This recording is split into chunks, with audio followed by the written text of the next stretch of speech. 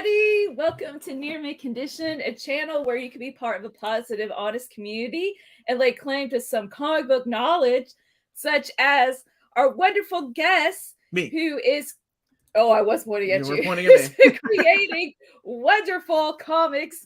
Josh Greathouse. Yay! I'm Kermit the Frog. Glad I got the. I was gonna say that was a Kermit the Frog cheer. Torsten saying hello, and James is here, and Woke NATO has a couple of things he wanted to say. Ben saying, I definitely hope Josh has read this book before talking about it. I hope so as well. So, first of all, thank you so much for joining us, Josh. Josh is one of our loyal viewers, but he also happens to be one hell of a creator, and we were just trying to get people to check out his work and how they can help him achieve a physical copy, because I know it's all digital right now. Bang, the Ballad of the Tiger. Yeah. Kickstarter is going on right now. I also happen to know his editor. She sleeps on the same bed I do. And that is my Wait wife. a minute. Wait a minute. I thought we were here to talk about how Bastard's really a magical girl series. It's not. Is he a magical girl? Dark Schneider is one of the greatest manga characters ever created. He transforms with the power of love and friendship. No, he does not. Does. It's not love and friendship. Yeah, Shut up. I will boot you out of your own. What a good series. So let me first say, before we get some questions, let me first say that Josh sent Bang, the Ballad of the Tiger with to the Near Mint Condition email last year. Not 2 years ago. It was last year. That's awesome. Okay. And I just started helping him out because it was so good, like in terms of like editing. And I read through it all, and I just kept saying, like, okay, put a comma here, spell this way, and all this stuff. And so we became partners. And this just like Josh, I'd love to see this in people's hands.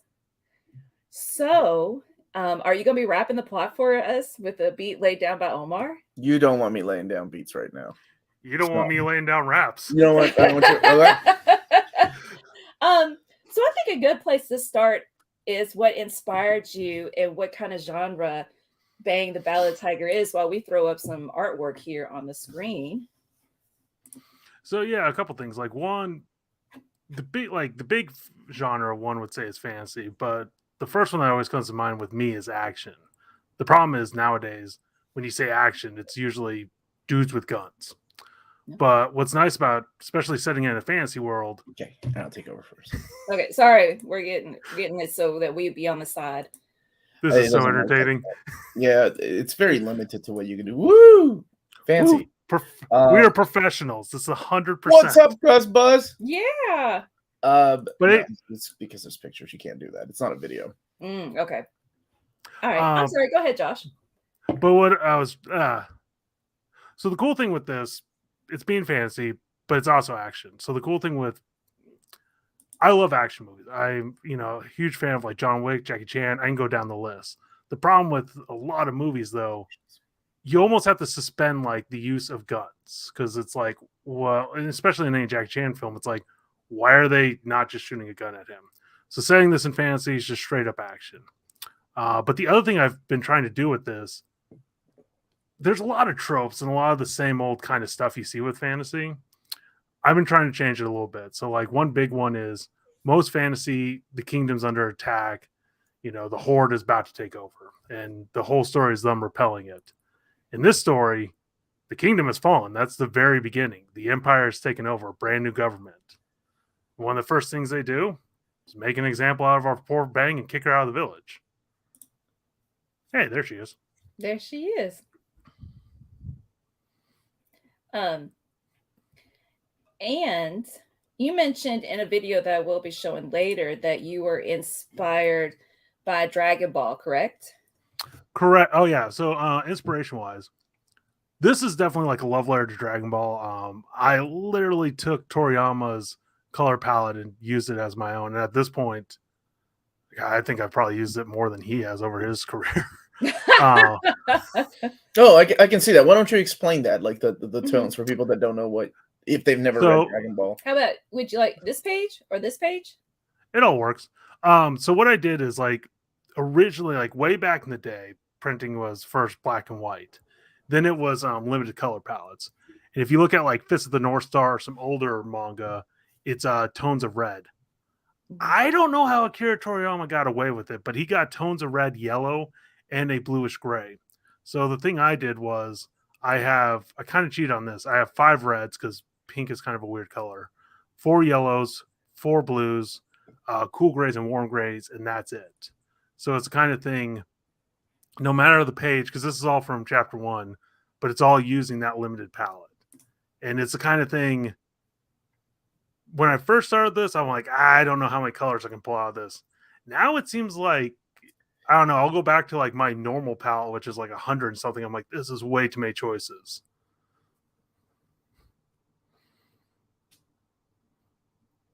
I guess I need to keep rambling because they're on mute. No. Yes, there are discussions happening back here. So you decided to make it that particular color tone instead of making it black and white. Well, yeah, because here's how it started. I was at my old day job as a security guard, and I got put on the morning shift. I am not a morning person. I will never be a morning person.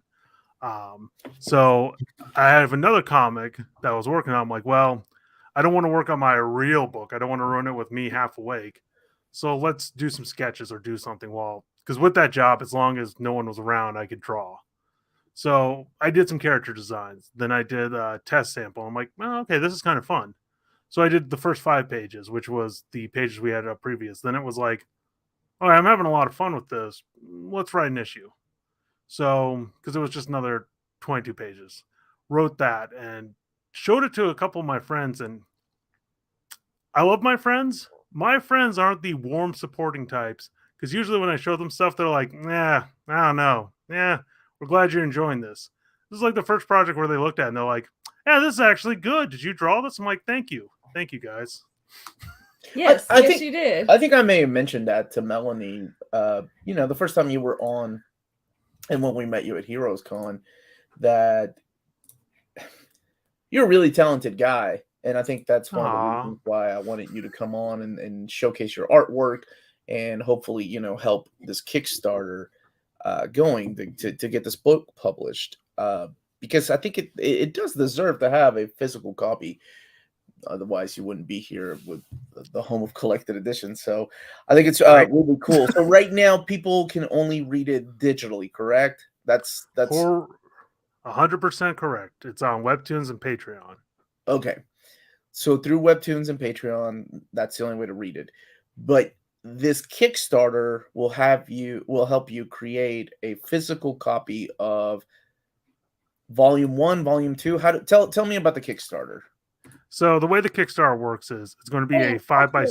I'm sorry, Josh. If you've got the Dropbox files ready on your end, if you share them, it would look better, and also you would know what to click. Yeah, you can manipulate and tell us where you can go when you're talking about the artwork. Do you think you could pull that up? While you're doing that, New Spooky Channel said he likes the color palette, the skull cap, which I love her hat. I love how it's just minimalistic, little picture of her hat at the very beginning. And how did you get a quote from New Spooky Channel's mom on the back of the cover? Let's not answer that. In case you didn't see. I love your art. That's but it does offend me at times. Yes, it does. I was gonna say that's from my mother, and yep. I'm not gonna lie. The problem is that's like the greatest quote I can think of. I even asked like professional friends for a quote, and I'm like, nothing can beat this. The problem being is I'm like, I have no idea what I'm gonna do for Volume 2's quote because I'm like, that mountain is way too high. Okay, so let's do it this way. Okay, so share my screen, right? Yeah. Mm-hmm. So if you share your screen, then you can show us the artwork and show particular panels. And then we can talk more about the Kickstarter, what the goal is like for Volume 1, Volume 2, how many volumes you see. Because I have questions, and I think you may have answers. I might. Okay, so while I'm looking this up, what this Mhm. is it's going to be the first 10 chapters. Originally, I was looking at 8, but 10 story wise just had like a better place to end, and it was like okay.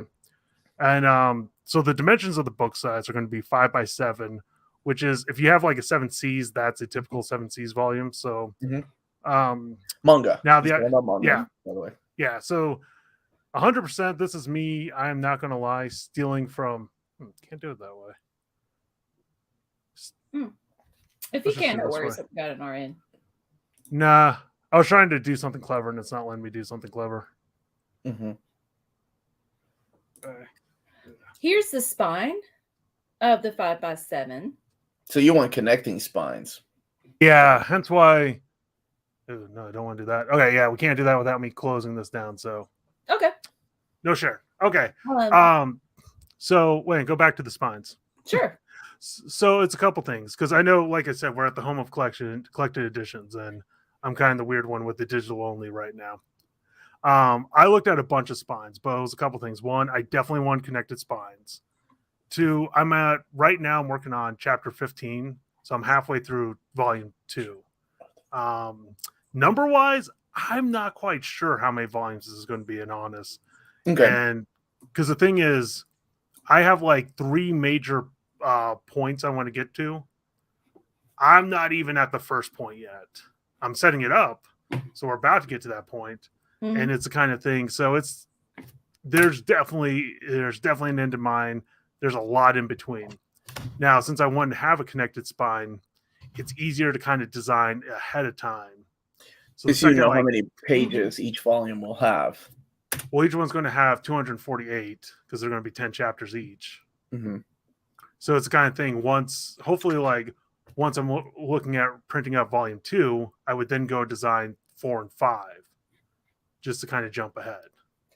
And I mean, seriously, Minty's, this guy works hard. He's always sending me the next page that he's finished. And as you can tell, I mean, he's got 10 volumes ready to print, right? Or I'm sorry, 10 chapters, not volumes. Whoops, that was a mistake. Yeah, he's got 10 volumes ready to print. Already, which chapter are you on? 15. 15. Also, here's the other thing. I know you get a lot of people in here that like with the Nottingham guys, the artists and stuff, and promoting. I'm a weird one because here's the thing. I am not only the artist, writer, and all that. I'm the publisher, but I'm also the designer. I used to work in print. So it's like I know these pages. So I work typically at 5x7, but at 600 DPI.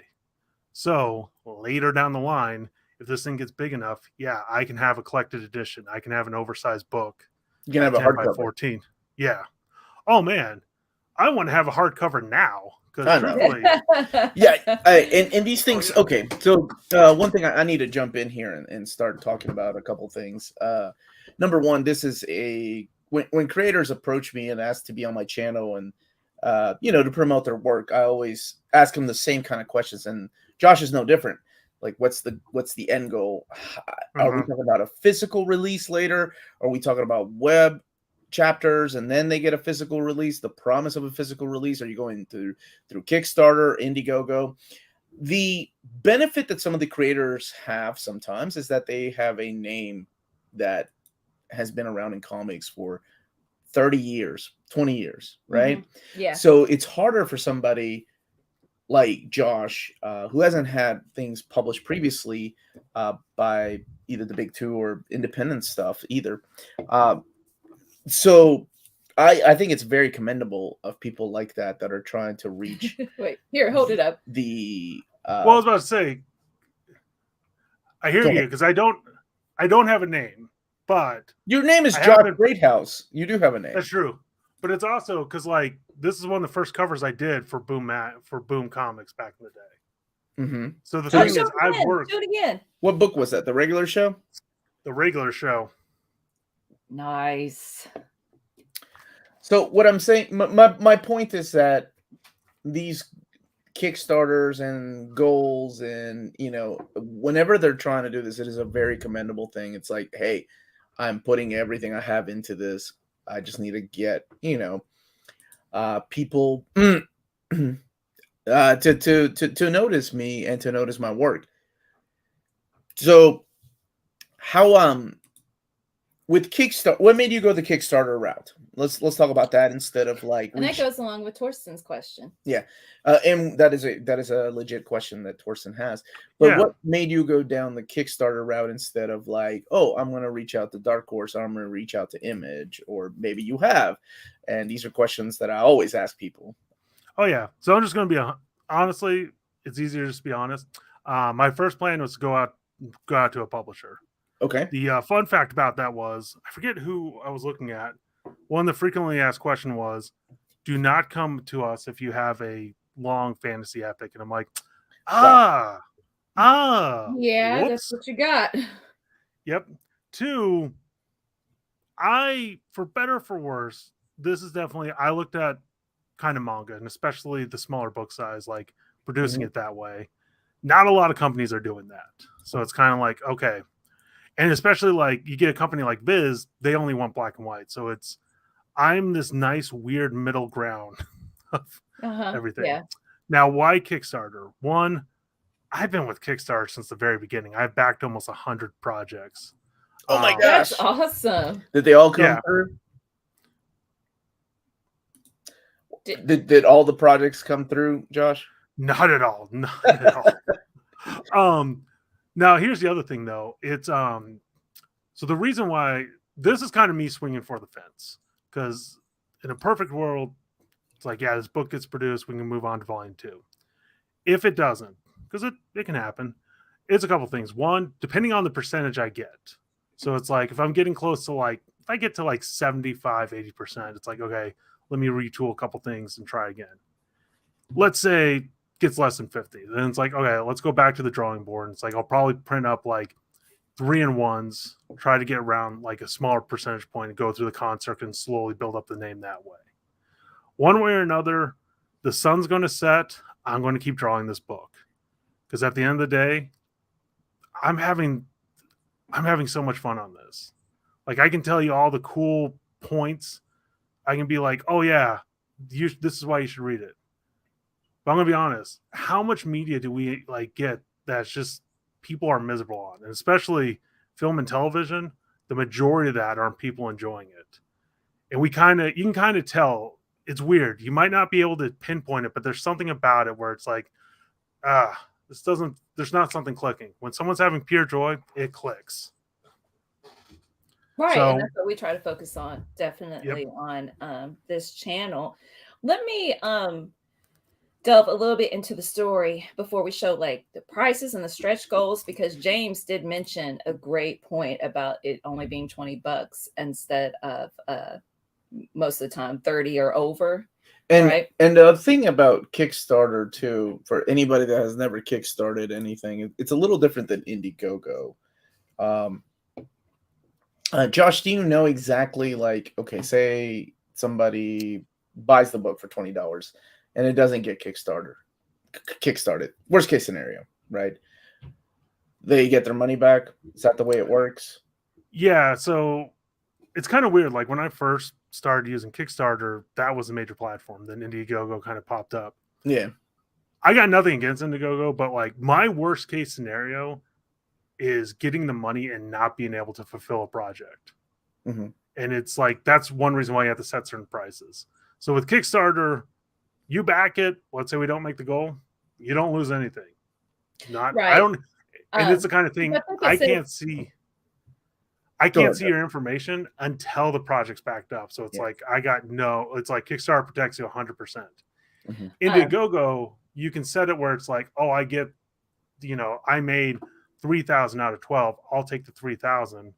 Some people have tried to make the book that way. I've seen a lot of people just try to have a nice holiday with that, which, eesh. Right. When, I backed on Kickstarter, it was like your card would be charged if it's met the goal on the date.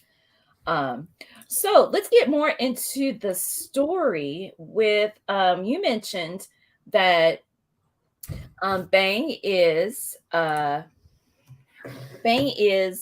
kicked out of her village when at the end of issue 1, right? And so who's the little dude that she's with right here? So while she's on chapter 2, while she's about to leave the village, like the mighty hero she is, she should have added this, but she falls flat on her face. Her hat goes tumbling down. And our little friend Ed here does something nice for the first time in his life, and he gets rewarded with being also kicked out of the village. So, because Eddie is a little kid who's pompous, spoiled, smart, right? Yeah. And he's kicked out as well. And the fun thing is, Ed literally was supposed to be going to school the next day. So the first kind of adventure is Bang and Ed trying to get him to school. Yeah, traveling to the school. Mm-hmm. They also team up with, click forward. Couple. Next image. Oh, I'm sorry. I don't have that downloaded. Let's see. Oh, you don't? Just have so if you look at different pages from different issues is what she ended up getting. Right, because I had to delete a lot to put these on here. StreamYard only lets you have 100. It's ridiculous. What's up, Psycho Cleveland? Really? He's already it's ridiculous. Oh, and it's surprising how much we pay for StreamYard to use. It's just so dumb. Some of the limitations that we have. I'm sorry. So what was the next part? So they're also joined by a swordswoman named Yasmin. I got that. There we go. There the blade. So it's these three knuckleheads kind of going through, and right now they're trying to get Ed into school. I love the blade. She's really badass. She's cool, and I love Bang too. But can you talk a little bit about her character design while I pull up another picture, like why she got a corncob pipe? So, she was a mixture. So, like Bang, I was looking at doing a Spring Hill Jack book way before this, and for whatever reason, it wasn't clicking. But like a lot of her design is based off of British cops, military, especially like her cape and hat is definitely the like British guards. Definitely. Mm-hmm. With Yasmin, it was kind of like I was looking at that same thing, but I also at the time was watching the Dragon Quest anime. Like the old Dragon Quest anime? Oh yeah. Oh yeah. Sorry. My boss is really? Your kitty? Yeah, you can't see, but yeah. Anyway, my boss is interrupting me. So with her, there was a magician who had a cob pipe, and it was one of those. I just wanted to draw like a big kind of Russian fur coat with her, and then it's like, well, let's just add a pattern down the middle to make it more interesting, and boom, bada bing. There you go. Oh, that's not her. So those are here we go. So those are the main three that are going on this journey, right? And let's see. So, do you have a question? I do. Okay. So if I'm executive producer on a Steven Spielberg film, and I'm in the elevator with you, Josh, and this is the same thing I ask people, like, what's the elevator pitch for this? Can you and Melanie, which one of you could tell me the elevator pitch? Break it down, just as and that would much be a good can. lead into New Sweet Channel's question. Yeah. Kung Fu action fantasy with a girl in a dumb hat, taking all the tropes of fantasy and kind of turning them on their head. Okay. Plus artwork that just keeps getting more detailed, right? Like you just keep getting better and better. And with the not anatomically correct, like what's the word? Oh, good. Anatomically correct is always good.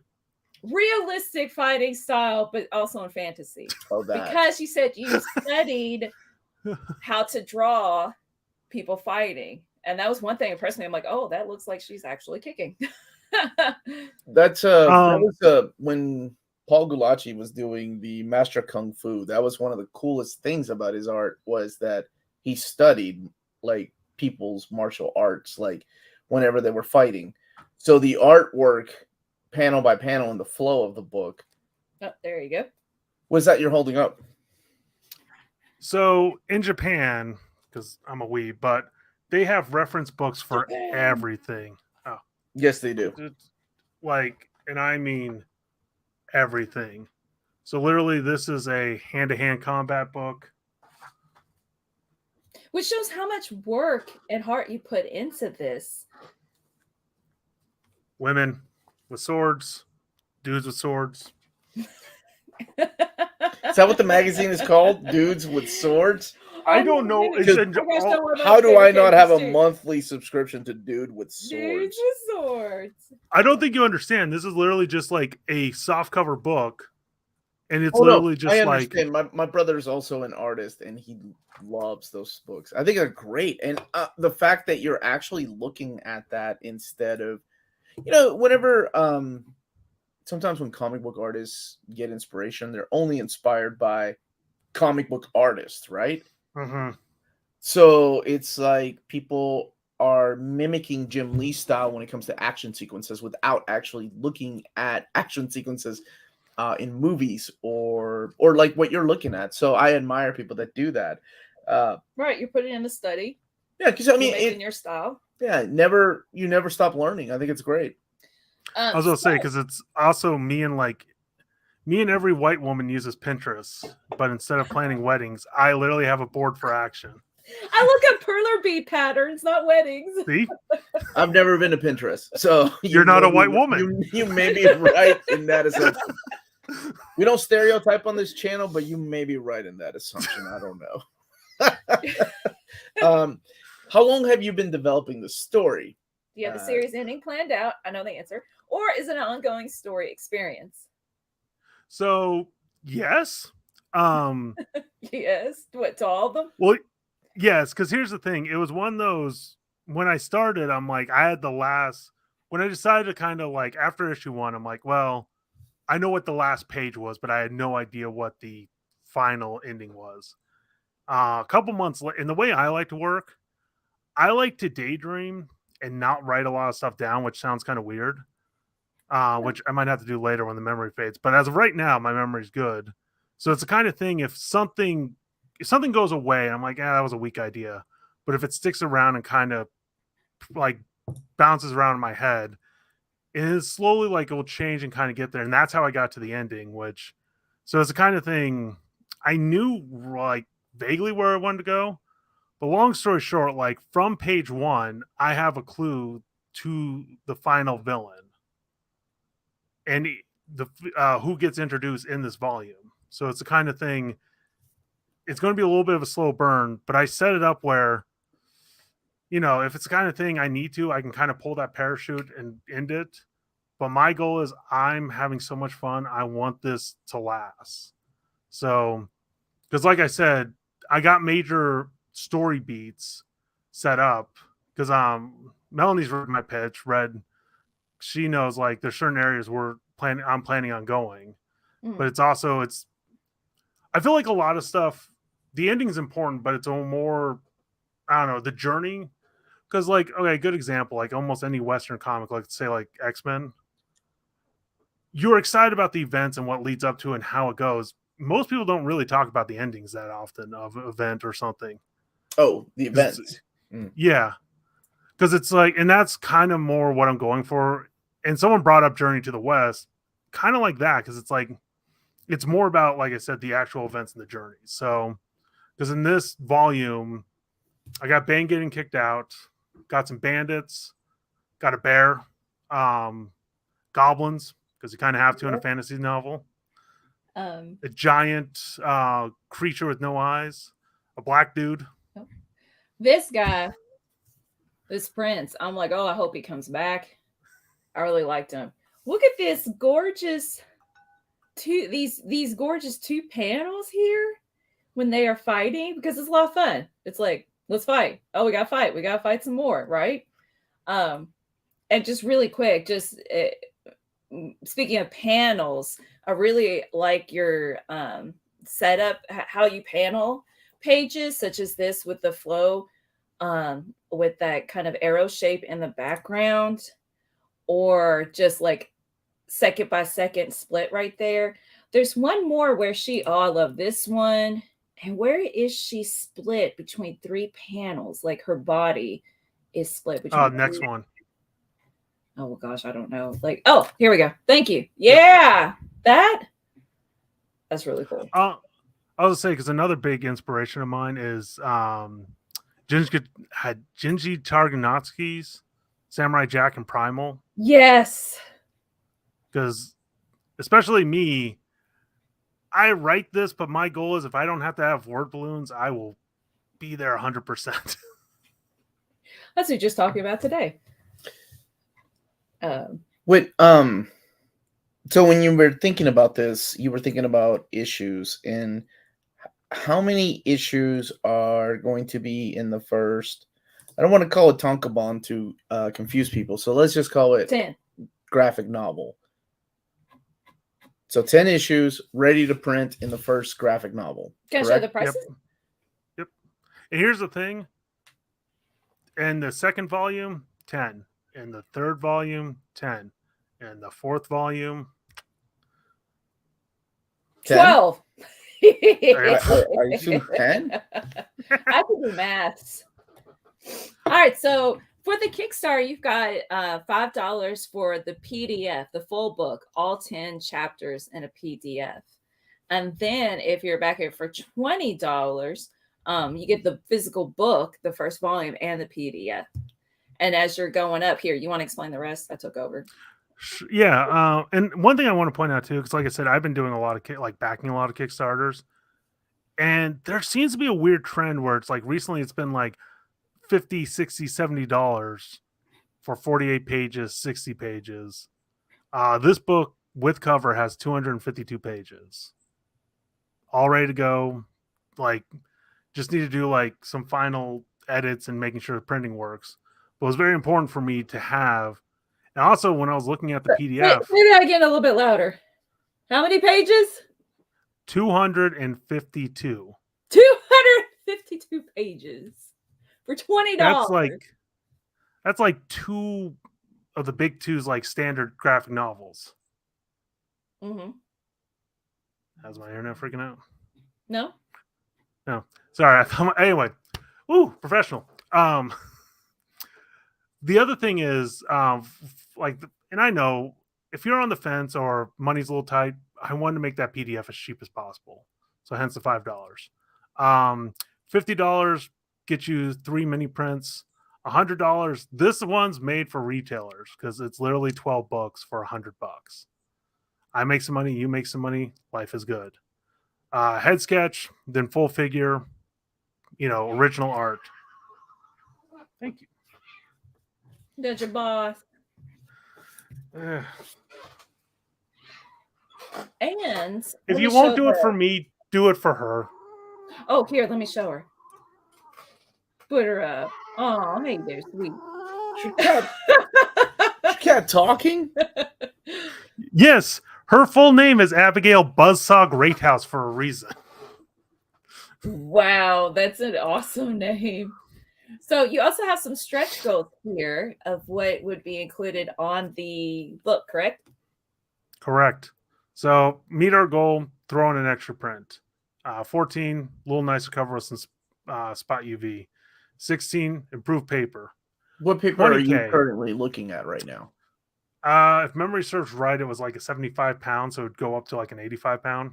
Can you explain what that is for people that don't know? Like, I never talk about the pounds like you just said, but I always talk about glossy paper and the matte paper. What paper stock are you thinking about using for this particular book that you want printed?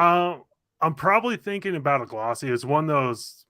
This would be me double checking and talking to the printer just to see which one's the best option.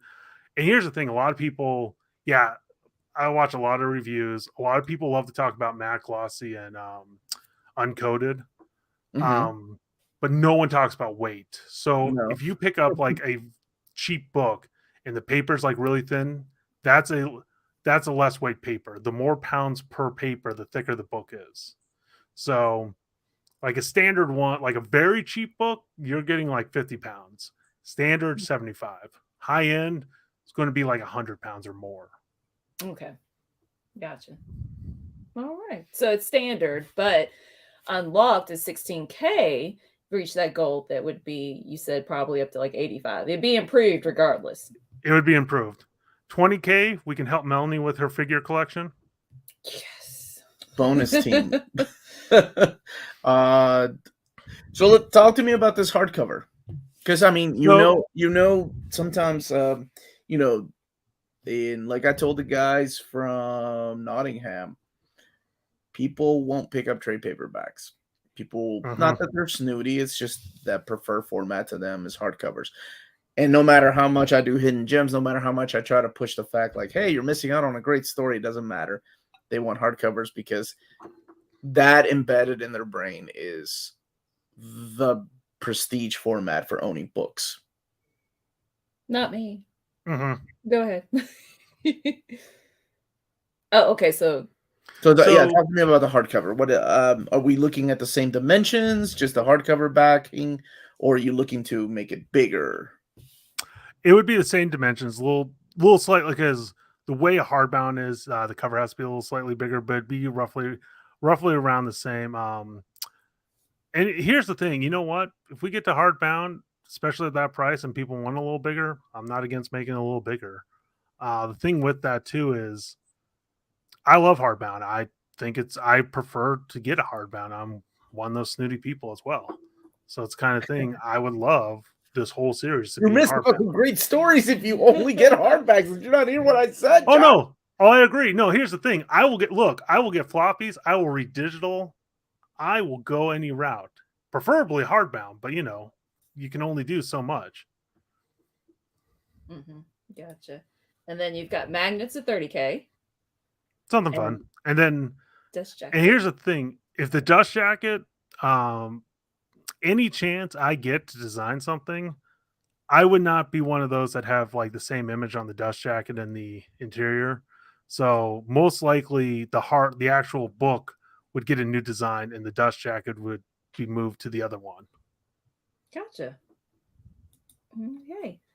Let's see. Newsboy Channel has a question. How far ahead of each chapter or issue do you write? If in advance, do you find yourself going back and adding in additional content? So once like a chapter's done, it's done. There's been a couple times like I've redrawn a couple things from advice, but it's usually like once the ink's settled, because I could go back and be reworking chapter 1 after about 2 years of all this. The difference is, so how I think is like, it depends on how I'm daydreaming. And this is going to sound a little weird, but there are times like I'll daydream way in the future. So it's kind of like, okay, I know like this is a big event. This is where I want to go to. Typically like right now. So with chapter 16, it's been me thinking like, how do we do this? How do we do that? And since it's kind of organic, so a friend of mine pointed out like a random creature from D&D, and it was one of those. I'm like, well, that's a cool idea, and he pointed this out like a month and a half ago. So all of a sudden in my mind, I'm like, well, let me introduce something like that, but my version of this at the beginning of chapter 16. So right now I'm on page 20 out of. So the way I do my comic, and if you go to like my Twitter, I literally threw up the first chapter 3 up on there for free. But each chapter is a cover, like a little inlet page, and then 22 pages worth of comics. And that's kind of more standard American style, because if I took out that little inlet page, I could have a credits page. So these are basically, I'm writing these as if they're issues. So once I finish an issue, I then write the next chapter. And I usually do that within a weekend. Send it off to Melanie. She edits, tells me I place commas in all the wrong places. I love commas. I hate commas. Afterwards, then it's just me working literally a page at a time. I used to do what's it called? I used to do like thumbnails and all this stuff, and I kind of realized I'm just doing this book for like, I'm not sending this book off for approvals. I'm not trying to get anything. So it's the kind of thing I do it for me. Now there are times like the last page I send Melanie, I did realize I'm like, you know what? I need to add a tree in this one spot to make this one character pop more. So I'm going to have to go back and re-edit that. Yeah, and that's all. It didn't have any words, so I was like, gruesome. But it's the kind of thing, and there are times like I'll get inspired by something, I'll sketch out a character and I go, okay, I know I want to include this, let's put this here. Because just the way I kind of work, it's easy to I don't want to fall into like the Dragon Ball Z scenario where it's always the same big villain, over and over. So one of the ways I do it is like, okay, this scene or this conflict, I had a group of people versus our heroes. So the next time, let's do one big monster versus our heroes, or let's do a one-on-one fight. So it's kind of. Who inspired this villain? My favorite so far. That was a mixture of the Witcher DLC with the Carekeeper. Then it was a mixture of Ed Gein, the serial killer, but also Dan Panosian he did some designs for Harley Quinn that DC thought were too much, so they turned it down, which was basically like Guys Without Flesh. And I saw that and it said, I will steal that. Yeah, he is my favorite. He is very creepy. This is definitely a creepy few chapters of the story. What is the age range for this book? Oh, that's a good question. Like I would say now, depending on the kids, I would say like from 16 and up, maybe 18. Because it's like it's kind of weird, and there's a lot of violence. There's a lot of blood. And I threw in a little bit of nudity, and that nudity probably really was what shot that up to radar, not all the decapitations. Okay, yeah, you're right. It usually is the nudity or sexual content that always shoots it up instead of the grotesque violence. Even with a total of 25,000, each book would still be $20 in that tier. Would you lose money if you upgraded paper quality and format? Here's the thing. I actually did the math, and it's the kind of thing, especially with the paper quality, I would not lose money. With the hardcovers, what I would do with that, so on the back cover, like there's a square box where the ISBN would be. So with the hardcover, I would make it $25. However, I would keep the $20 for the Kickstarter. So yeah, this little black box next to the Adventure Fantasy Kung Fu, that's going to be the ISBN.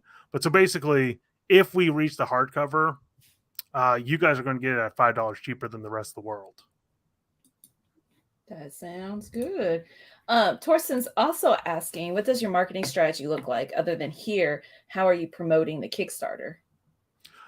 So it's kind of thing, I've reached out to many people. I've sent out the first 8 chapter samples to them. And the beauty is, like, the weird thing with comics, and I love this medium, but it doesn't matter until it's printed on a page. So if the Kickstarter goes through, one of the biggest things I'm going to do is mail this thing to so many people to review and look at it. Because it's the kind of thing, if this was on paper, I would not be having this problem.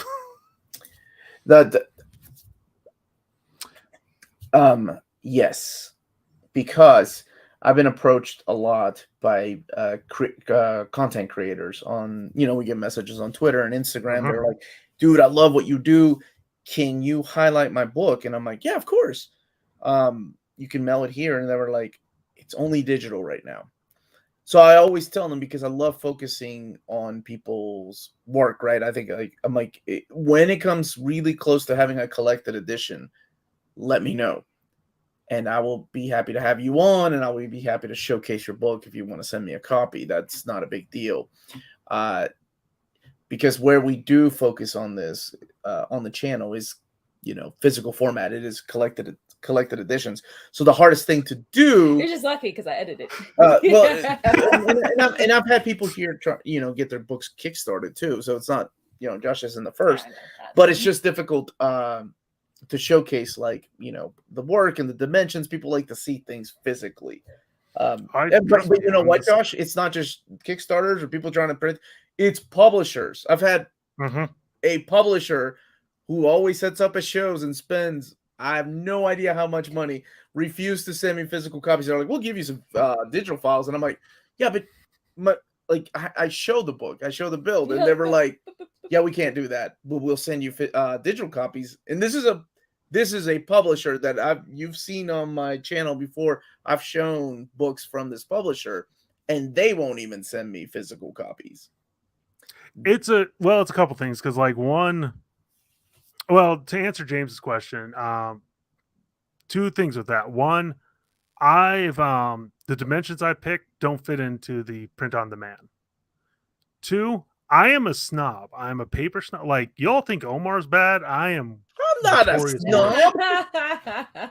You push omnibuses. Oh, and Look, rightly so, Josh. Don't the talk to me until essentials you will get come. a bang omnibus. The essentials will come. All right, go ahead. No, but the other problem with that is, so problem with print on demand, and that's why, honestly, that's why you've seen the cost of a lot of these Kickstarters go up. And I'm not going to name names, but when you see like a double issue and it's like $80, and they're like, well, we got a famous artist to do the cover, they're doing print on demand. So the problem with that is, to cover their cost, they have to charge an enormous amount. Because here's the other thing. I'm looking at printing this through, I got two printers. One's in China with Print Ninja. The other one would be in Canada, and I'm hoping I can use them just because the state of the world right now would be better not to be crossing an ocean. Yeah, but it's crazy. Like, I'm actually looking at doing a larger print run than Nottingham's hardcover book. Mm-hmm. Yeah, I noticed that. And you are the one that's printing this too. So you can't do print on demand. So there goes that idea. So this is something that you have to pay forward, or you have to pay for yourself. Mm-hmm. Hence the Kickstarter. But the Kickstarter comes with a physical copy of the book. Mm-hmm. Mm-hmm. Mm-hmm. Well, I just want to show off this table of contents again. Just how gorgeous it is with all those details, the poses, that cool statue in the middle. Yeah, I like your use of contrast. It's really nice, and I love the colors. You think of Dragon Ball, and I think of a Peruvian comic I used to read, Condorito, which uses the same palettes of orange and white, black, like Dragon Ball and blue, which is why haven't you shared this with me? Because I don't have the physical copies anymore. They didn't send me an omnibus of it. Look, you could send me a digital image. I'll have to show you. I think my mom and dad may have copies of it. Oh, some of my older stuff that I used to have when I was a kid. But that was definitely adult oriented. But then again, like, so was Dragon Ball, some of the jokes that Toriyama was doing. So this is 16 and up. We have the link to the Kickstarter. Somebody just backed it. I hope it's successful. Please just keep up regular. That is important. Can you highlight that comment? Sure. Because that is one thing I will say. So looks good. I just backed it. I hope it's this is successful. Please just keep up regular updates for backers, especially if you run late. That is the most important thing to me, because I've been burned on Kickstarters and Indiegogos, and not little people, not like people that have never had any. I'm talking big companies that have had things printed. I've been burned. And communication goes a long way. I don't care how long something takes. Just let me know. Hey, we're running late. So here's the thing. I backed 84 of those different Kickstarters. I'm not going to say who, but there's a guy I backed up, an artist I love, and it's the kind of thing, you say his name, everyone talks about how great he is. Mm-hmm. He is like 6 years late on a project, and it's been 4 years since an update. Well, I promise you, I honestly promise you, if you ever trust me with money, I will not run away from you. I will be honest.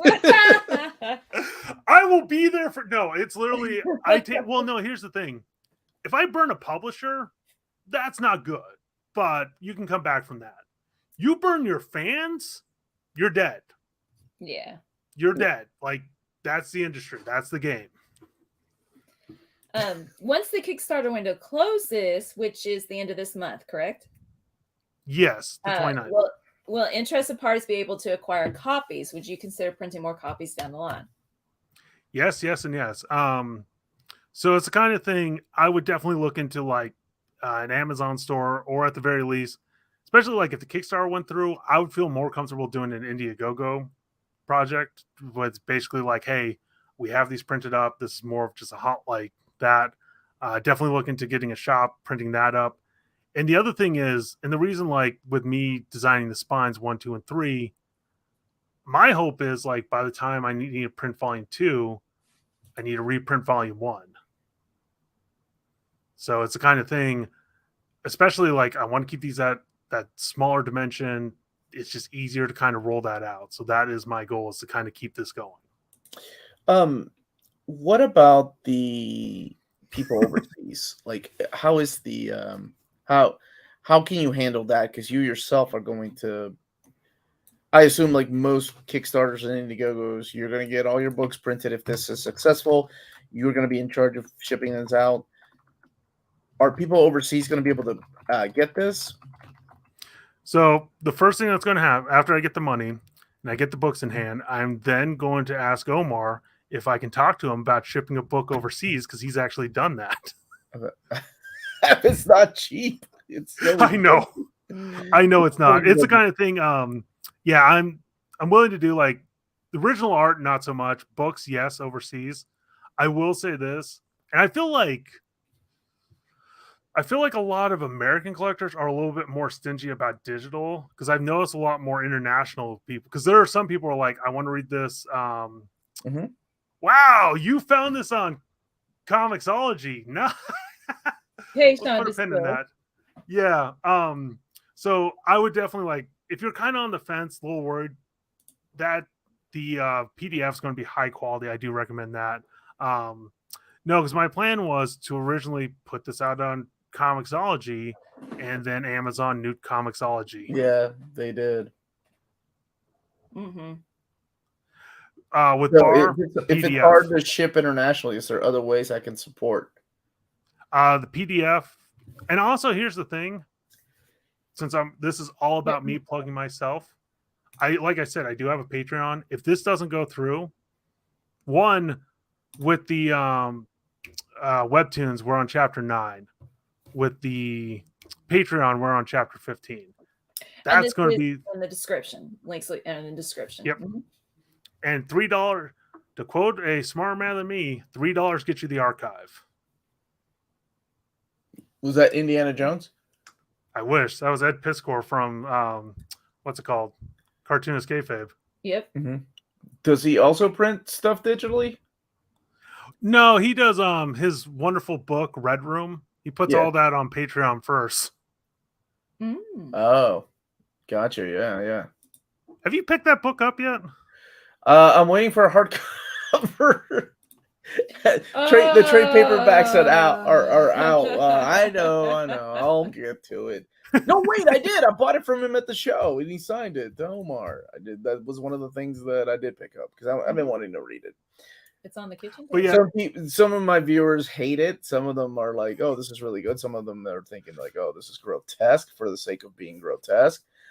But I'm a fan of things like trauma, and so I'm okay with that. So I haven't read it. I have no idea how it is. Just got here when it's Max. What's up, Max? I was gonna say, you are catching the end of this interview, not the literal end. I'm just saying we're coming up on an hour. This interview with Josh Greathouse, who has a Kickstarter going on until the end of the month for Bang the Ballad of the Tiger. He creates high quality work at a very fast pace, no pressure. Just in the past, that's what you have done. And the art and the style offends his mom at times. For the first volume on Kickstarter, there are 10 chapters and just some taste of the artwork of Bang, who is kicked out of her village and has to, there we go. She decides to help this other kid who got kicked out for helping her pick up her hat. get to school. She meets the Blade, and it's all about, what is it, lady? What do you say, Josh? That's right. Lady action. I heard that term, God, from another YouTuber, and it's basically describing like, because especially in the 90s, it was huge where like Gunsmith Cats, it was basically like hot women doing crazy action. I'm like, that term needs to come back. There we go. With her awesome kicks. And I've drawn a lot of kicks. Yes, you have. Here we go. Here's some more. So, well, I guess prices $5 for a PDF, $20 for the actual book in PDF. So we definitely want to interview Josh because we'd love to see this Kickstarter reach its goal. He's even got goals for, like, if you are have a local comic shop, you get 12 copies for the price of $100. You get prints as you go up, head sketches, full figures. That this is definitely professional level art, and really creepy bad guy in these chapters.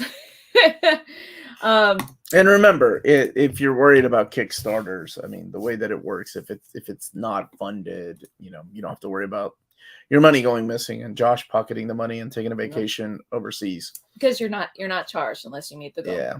So the main thing is to get them to meet the goal. Also, let's be honest. If I try to take the money and run, Melanie has a black belt. Oh, hey.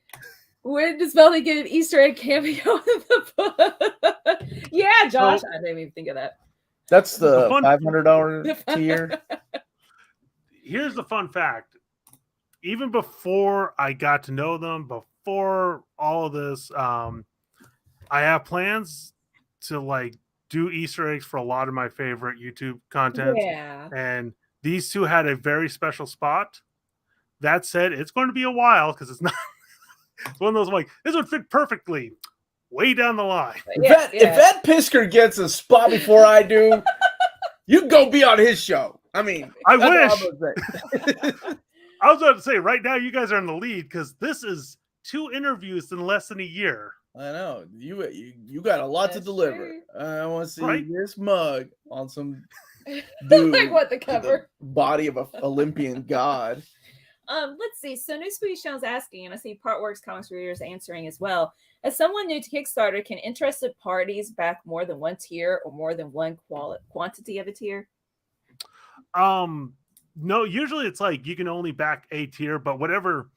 If you back up like the $50 tier, you get everything $20, $5. So any tier you back up, you get the additional ones. Okay, like Patreon. Yep. Okay, so Bart, just like in case or let's add to what he just said to answer your question, that Kickstarter is, you are saying, I'm pledging this amount of money. These are the what you will get if it reaches, for his specific Kickstarter, $12,000. If enough people pledge $12,000. If it doesn't reach that, you're not charged. Yes. Mm-hmm. Also, can we just point out the fact that Bar's excited for this project and it's not Dazzler or Harley Quinn? Yeah. Or Black Widow. But she likes Black Widow yesterday. She likes lady action. She does like lady I'm pretty sure Black Widow's getting an omnibus, according to David yesterday. Oh, yeah. What? That's not what he said. He said David we already had a Harley Quinn profile pic. You guys are taking things out of context. What's your artistic medium of choice? Do you draw 100% digitally? Wacom? Paper pencil? The Wacom tablet. So yeah, this is 100% digital on Wacom. It's the kind of thing I used to. We had more time. I could pull out old pages. I learned how to do everything traditionally. I know how to hand letter. The problem is, like, 1, it's a lot of work. 2, it's really expensive. 3, you got to store all those pages somewhere, which sounds fun. But when you're up to like 300 pages on one project, it adds up. So yeah, I do all this with Clip Studio Paint. So also, it's the kind of thing I'm going to be dropping. I got to edit it tonight, but a video showing how I go through a page of penciling and inking it. Nice. Actually, let's end the interview with your Kickstarter video. And let me first get rid of Bar's comment. Oh, thanks, Bar, for censoring yourself. My name is Greathouse. I'm a comic book creator, and I am, more importantly, I am an action junkie. I don't know about y'all, but I've been missing some hard-hitting, feet-flying, blood-splattering action in my comics. You know what I've also been missing? Some good old-fashioned fantasy. I'm talking crazy location, giant monsters, lack of guns, lack of technology. But you know what I'm missing actually more than all of that? I'm missing the good old-fashioned 90s lady action. I'm talking about some hard-hitting women who can not only take a punch but deliver a harder one.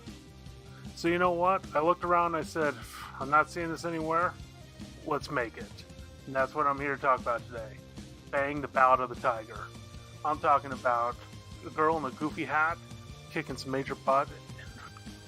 Cool title. But what is this about? Well, let's break it down. So Bang is not only my love letter to action, but also to manga, especially Dragon Ball. Now with this, it's the first 10 chapters and in a single contained book. Now each chapter is 22 pages of comic, a cover, and then a little bit of extra art. So if you're doing the math, that's 248 pages plus a cover. Now, on top of that, my goal with this is to have this book be $20 plus shipping. You heard that correct. I want this book to be $20 because I love action, but I don't know about y'all. I love cheap action a little bit better. Please come check this out. Also, first chapter, free to read.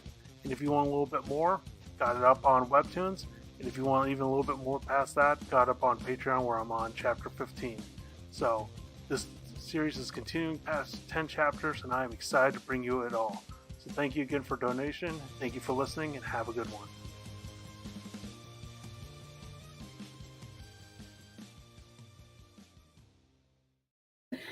All right, so I put the Kickstarter link in the chat. It's in the description because if you go to Kickstarter and search for Bang, the Ballad of the Tiger, which is such an awesome name, it's not going to find it. And Kickstarter said, well, you're on your own. So, wow. No, I'm not even kidding, because under the frequently asked questions, it's like, yeah, this is where your social media comes into effect. We just collect money. Nice. And I mean, just you got great look at Bang's butt. It's a wonderful butt. So there you go. That is the number one reason my mom is offended. Oh, is that it? So right, it's the sexual content as opposed to the violent, but it offends. Well, here's the thing. I did not start off. Here's a fun fact. I did not start off thinking I would be drawing that butt that many times. But when you have someone in a one-piece swimsuit and no pants. I mean, yeah, like she's kicking. Bang in a live action film would be awesome. James is saying, he's asking who would you see I'm playing? sorry. And James saying, do you think the colon stop it from coming to search? I mean, I did multiple times too, and just Bang, and it wouldn't show up. Hey, this would be a good going out question. Who would you see playing Bang in a live action film? Honestly, I don't know if I ever want to see a live action Bang. Christina Hendricks. I'll do the casting. You worry about the story. I was gonna say I would love to see it animated because I can pick out like different studios I would love, but it's one of those. Studio Trigger would be a fun one. Genji Tartanovsky would definitely be like. Yeah, that would be a good fit. That'd be a good fit. Can we still cast Christina Hendricks? That's not a bad choice. I appreciate your taste. It's what I do. That's what you do. It's my 2 cents. So, all right. I do want to say, man, I love this community so much. And it's easy to kind of come on here and do lip service, but I can honestly say not only is the world a better place, but comics is definitely in a better place because of, it's easy to say because of Omar and Melanie, but it's truthfully all the mentees. Mm-hmm. You guys are some of the most supportive, crazy, wackiest, goofy, intelligent people I've ever met. So it's the kind of thing, if this Kickstarter takes off, fantastic. If it doesn't, back to the drawing boards, literally. But whatever happens, I'm glad to be a part of this. I'm glad to be able to bug Omar, especially with Bastard is a magical girl. And I really want this to take effect. What is wrong with you? I like that. I want this to be like the Elf and the Batman 6.5. I love you too, Josh. You and your hat. I'm glad you were able to come on, and I hope this gets you closer to whatever it is that you need to get this book printed. And who knows, maybe one day you'll be, you'll have it printed and everybody will be talking about it. You remember the little people? And then Ed Pisker will be like, hey, man, like asking you if you have any time to come on a show. And you're going to be like, dude, I'm too busy dating Christina Hendricks because Omar casted her on my Ballad movie. Man can dream, right? A man can dream. Now, it's the kind of thing like, and here's the other thing, whatever happens, I'm having a blast with this thing. Mm-hmm. And I can tell you this much too, and I'll put down dollars to donuts. I'm introducing Harpies the next chapter. I think my Harpies are going to be the coolest one in all of pop culture. Nice. I look forward to seeing it. You want to name one after Bar? I could. You know what? Bar Harpy. I like that. It's Bar? good. No, Bar. That's going to happen. Woo! Especially, I don't know a lot about Bar, but I know Bar is going to be. I'll copy that. Yeah. Oh man. One day you'll be Josh Greathouse. Greathouse. I've had one of my friends point out, he's like, your last name is terrible. He's like, I just have to show up. I have to be good, maybe okay, but if I'm good, he's like, yours, you have to be better than great. But yeah. Josh, yes, we would love to see this Kickstarter fulfill its completion. What's the word? Hit the goal. Quota. 12. She's your editor. 12, oh my god. Hit 12K. Share this on social media. Let people know that there is a hidden gem, dun dun dun, that needs to be seen in print. I'll tell, and Bar will say you made it in life because she's in a printed book. So everybody watching, everybody that watches later, please don't forget to check out the Kickstarter. Thank you so much, Josh, for joining us, and thank you all for being here. The Kickstarter is in the description of the video. There's a link there, and in the chat. Buy my book. All the different tiers book that you can. We need the frog from Futurama, the Hypnotoad. I was thinking. There's an episode of The Critic where he's selling a book and it's this cheap cutout of him going, buy my book. I remember that. The Critic. Right? I'm old. It was a good show. It was a good show. That was John Lovitz. So, yes, everyone, thank you for joining us. Thank you, Josh, for taking the time to come on here and talk about your book. Stay healthy and safe out there. Any last words, you two? Stay minty. Buy his book. Buy Bang the Ballad of the Tiger. Bye, guys.